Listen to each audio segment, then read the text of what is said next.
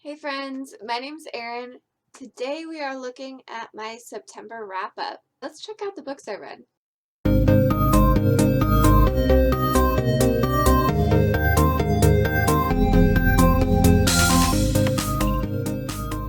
Usually I order my books from lowest rated to highest rated, but honestly, this was a really good reading month.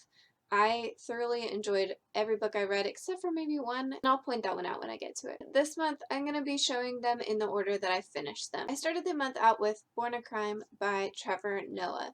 This talks about his childhood growing up during an apartheid and how his mother was such a huge influence throughout his life. It was an incredibly funny and just heart-melting story.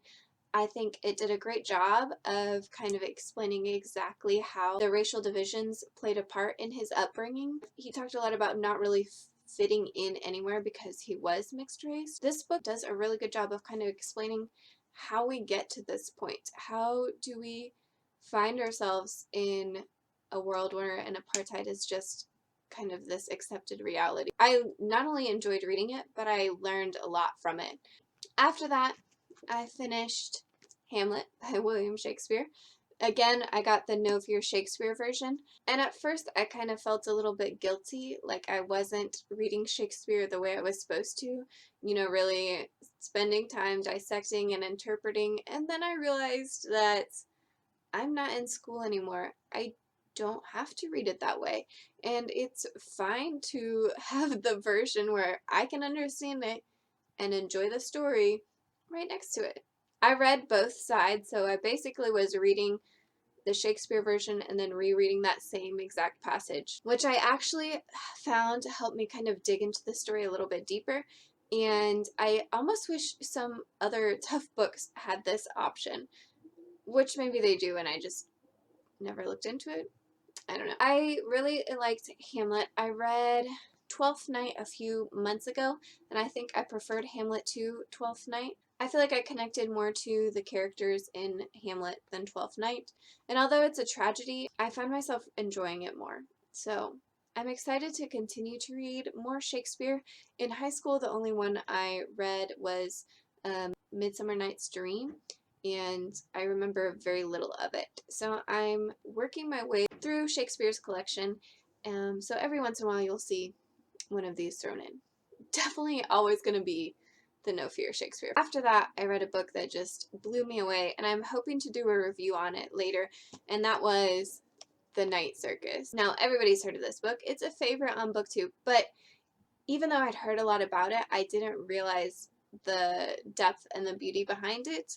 And I really, as many times as I've heard about it, didn't really know what the story was about. So I'm hoping to do a review, even though it may be kind of a little late and I've already talked about plenty. I feel like it'll just be fun to take that deeper dive into this. I gave this one a 5-star. I loved the story. I think it was unique and I wasn't really expecting it. I don't think a circus background is one that appealed to me originally, and even now I don't think a circus background would appeal to me. It was the story and the writing style and the characters that really brought it home for me. Be on the lookout for a review of this later this month. After that, I finished Saga by Brian Vaughan. This is a graphic novel that I loved. There's some really great art in this, and the plot was pretty good for the first volume. I felt like I wanted a little bit more in that regard, but it definitely got me excited to see where this story goes. So you have these two characters that are on different sides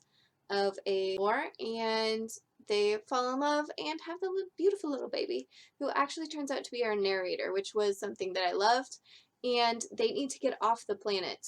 They're being hunted by both sides. Everybody knows they're wanted criminals because their countries don't really want people seeing that, okay, maybe these two groups of people can get along. Between the baby narrating, the intense potential for the plot, the amazing illustrations, and just the awesome and unique alien species, I am so ready to continue on to volume 2. After that came Crooked Kingdom by Leigh Bardugo. I finally finished a series this year.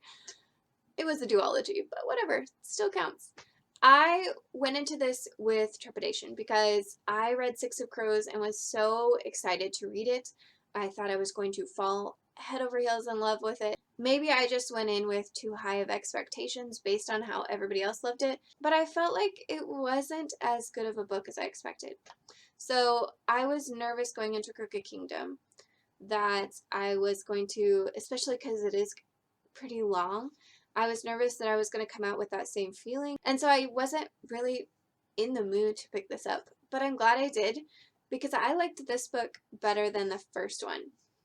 Maybe it was because all the characters were developed and the relationships were established.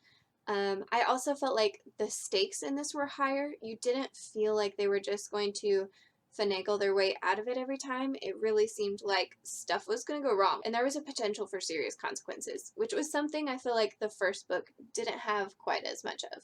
I think overall the character relationships were what really sold me on Crooked Kingdom versus Six of Crows. I felt like the first book I was still getting to know them and I didn't really believe in the relationships as much, whereas in this one you get to see kind of the more of the struggles of the characters. You get to see their background, you get to see them kind of break those walls down and build themselves back up and work through those tragedies and traumas, and it just really felt like they were actual people this time. If you haven't read Crooked Kingdom because you just weren't quite sold on Six of Crows, I recommend it.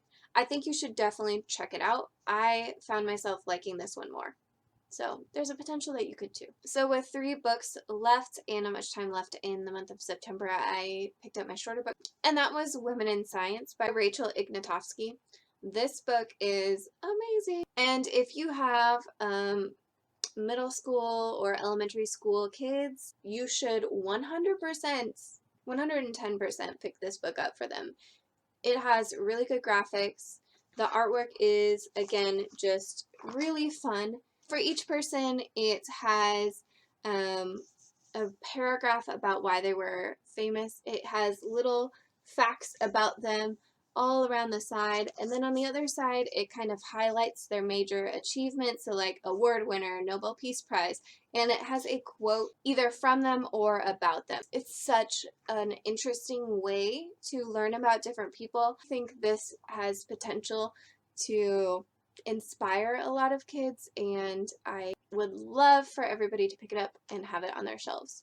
There's also Women in Art in this same series that I'm hoping to get soon. So after that, I picked up the one book that I was not as sold on this month, mainly because I just spent the whole time confused, and that's Breakfast of Champions by Kurt Vonnegut. I left this book with such a weird feeling because it's not even that I disliked it. I liked the writing style.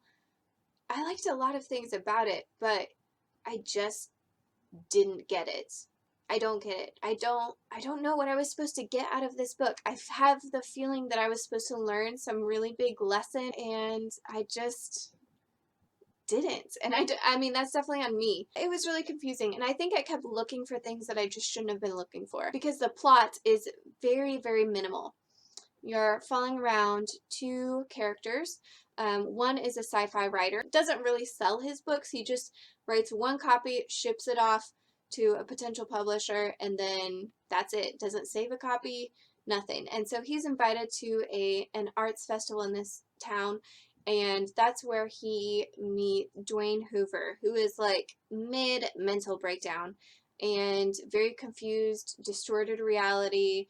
And so he reads a book by this author, and the book makes him believe that he's the only human in this world, that the creator of the world made everybody else robots, and he's a human. So basically there's like no consequences to his action kind of thing. Like 90% of the book is not plot driven. And even like the big ending was very glazed over. So also sprinkled throughout the book is like social commentary and like big picture world philosophies, and every time I would try and like hook on one of those, it was just kind of make a few comments and then move on, and I didn't feel like it was ever really hammered out. And then there are also a lot of illustrations and just little like doodles. And so it was a quick read because a good chunk of it was just like half a page of a drawing of everything, anything, which was fun, but also added to the confusion. And part of the way through the book, they started describing people, like males were described based on size, females were described based on their like hourglass figure sizes. It was really distracting. So yeah, I felt like I was supposed to get all these things from it, and there were either so many or it wasn't connected enough for me. I don't know. I did not get it at all. I don't know what I was supposed to get out of that book. I don't. I gave that one like a 2-star. I just didn't get it. I'm sorry. Can anyone explain it to me? Like, if you've read this book, please tell me. Just give me a summary, like a one line, like you were supposed to learn, or like the moral of the story is. I don't know. I need help. Anyway, thankfully I did not finish off the month with that. I actually, last day, scrambled to finish The Dragon Reborn, Book 3 in the Wheel of Time by Robert Jordan. Again, I'm tabbing these books because there's so many of them. Each book I tab a little bit less because you're not meeting as many new characters or new species. But I definitely have a few moments. This one is probably my favorite so far, I think. In each of the 3 books so far, the middle part is kind of like a we're all traveling and doing our own thing bit, which can get a little bit monotonous. But in this one, I felt like it was done better than the other 2 just because you had more prophecies, dreams, readings that were all kind of scattered throughout, and you would slowly get things figured out, or something would pop up and you're like, wait a second. There was just a lot of satisfying aha moments. I also think this has the best ending of the 3 so far. Every single book has ended with this big like battle fight moment, and this one was definitely my favorite. Also, there's a ton of Perrin in this book, and he's my favorite character. So it just so far is my favorite of the 3. The only thing I'll say is Nynaeve pulls her braid in this book more than any of the others so far, and that poor girl deserves better. I did have 2 books that I was supposed to finish, Fahrenheit 451 and The Two Towers from Lord of the Rings trilogy. Did not finish those. I have finished Fahrenheit 451 already, and I'm still slowly working my way through Lord of the Rings. I love The Two Towers, but I've realized that with the way work is going, it's a little heavy for me right now, and so I'm very, very slowly working my way through that, but I'm definitely going to finish it this month. I hope you had a great reading month in September. In the comments down below, let me know the best book you read last month, or let me know what you're excited for this month. I always love this time when everybody's putting up their wrap-ups and TBRs. I just love seeing what people are reading. So let me know. I hope you have a great week, and I will see you later. Bye, guys.